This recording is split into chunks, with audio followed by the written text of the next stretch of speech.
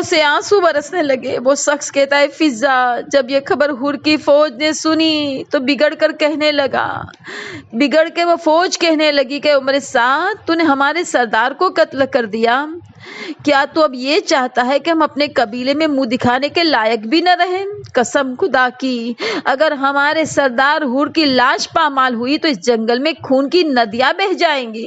یہ سن کر عمر سعد نے حکم دیا کہ حور کے لاش کو شہیدوں کے لاشوں سے الگ کر دو۔ اس کے بعد ہلال بن نافع کا کزین اس کی خالہ کا لڑکا آیا، کہنے لگا اگر ہلال کی لاش پامال ہوئی تو ہم اپنے گلے یہیں پر کٹوا دیں گے۔ اس ملعون نے کہا ٹھیک ہے تم بھی ہلال کی لاش کو الگ کر دو۔